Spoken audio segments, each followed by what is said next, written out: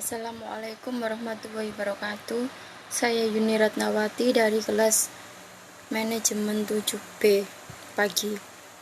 Di sini saya akan menyelesaikan tugas UAS seminar manajemen bisnis. Apa yang menjadi penawaran dari bisnis Anda? Kami manajemen 7B pagi memberikan penawaran solusi lapar saat di kampus, yaitu produk nasi cokot QQ yang siap-siap santap dengan harga yang pas di kantong para mahasiswa maupun pelajar dan porsi yang mengenyangkan. Yang kedua, bagaimana proses pemilihan bisnis yang dipilih saat ini dan mengapa Anda menentukan bisnis ini? Kami memilih bisnis nasi cokot ini karena kami melihat masih banyak mahasiswa pagi yang belum sempat sarapan. Jadi pada saat jam ke-1 kami merasakan lapar. Dari segi kantin, masih dalam perbaikan di depan kampus sedikit pedagang yang berjualan. Untuk itu kami mempunyai ide untuk membuat bisnis yang dibutuhkan konsumen, yaitu nasi cokot QQ untuk sarapan. Yang ketiga, sesuai dengan analisis konsumen, siapa saja yang menjadi target pasar bisnis Anda? Berdasarkan alasan menentukan bisnis ini dalam lingkungan kampus, maka target pasar utama kita adalah mahasiswa UMAHA, dosen, dan staf kampus. Namun selain itu kami memperluas pasar dengan menambah target pasar para pelajar SMP, SMK, dan teman-teman tetangga rumah kami. Yang keempat, siapa yang menjadi kompetitor bisnis Anda baik secara langsung maupun tidak langsung? Yang menjadi kompetitor bisnis nasi cokot QQ secara tidak langsung yaitu kantin SMP dan juga mahasiswa prodi manajemen, dan juga mendapatkan tugas membuat bisnis meskipun berbeda produk yang dititipkan, tapi target kita sama, yaitu mahasiswa dan pelajar di sekitar YBM maupun kampus UMAHA. Yang kelima, hal apa yang telah dilakukan untuk menambah jumlah pelanggan baru ataupun untuk mempertahankan?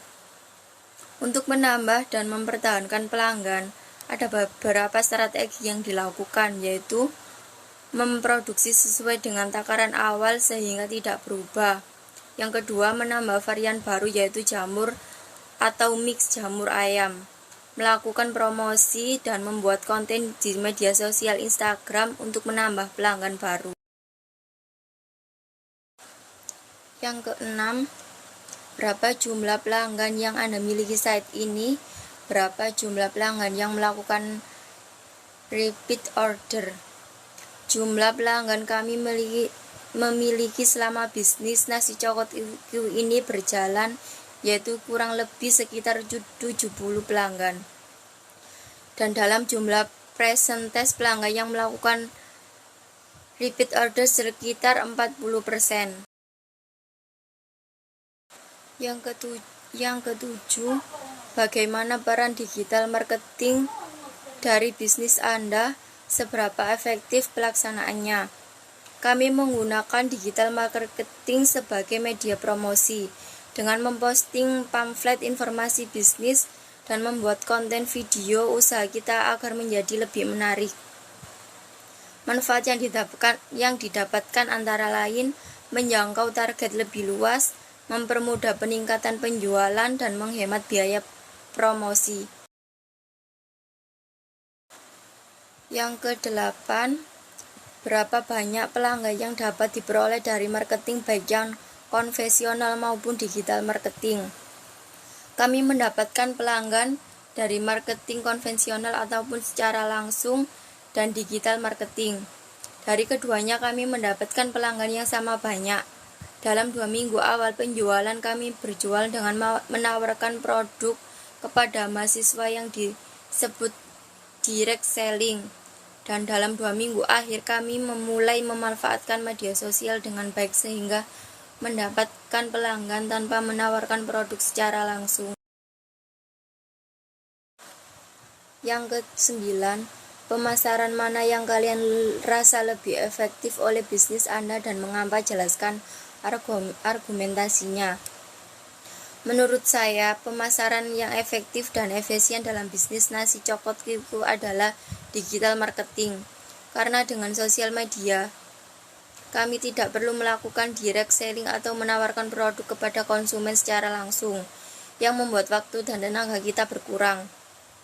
Dengan digital marketing, kita hanya memerlukan smartphone untuk menawarkan produk kepada konsumen kapanpun dan dimanapun. Yang ke-10, proses negosiasi apa yang sudah dilakukan agar bisnis yang Anda berjalan di tahap-tahap awal. Yang pertama, menyampaikan informasi dengan baik dan jelas. Yang kedua, utamakan kepuasan customer bukan uang atau harga. Yang ketiga, pembicaraan yang bersifat bisnis. Yang ke-11, pengelolaan keuangan bagaimana yang Anda terapkan pada usaha tersebut sehingga efektif dan efisien.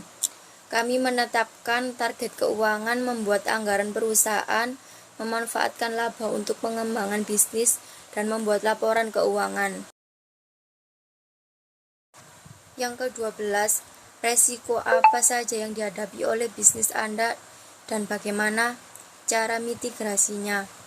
Yang pertama, perubahan permintaan produk yang dijual. Yang kedua, kegagalan mengelola uang. Yang ketiga, kegagalan mengelola bisnis yang efektif dan efisien. 13. Bagaimana gambaran umum tentang struktur organisasi pada usahamu ini? Yang kedua, ada SDM. Yang kedua, ada keuangan. Dan ketiga, operasional. Dan selanjutnya, pemasaran. Yang ke-14, bagaimana kondisi perkembangan bisnis kalian saat ini?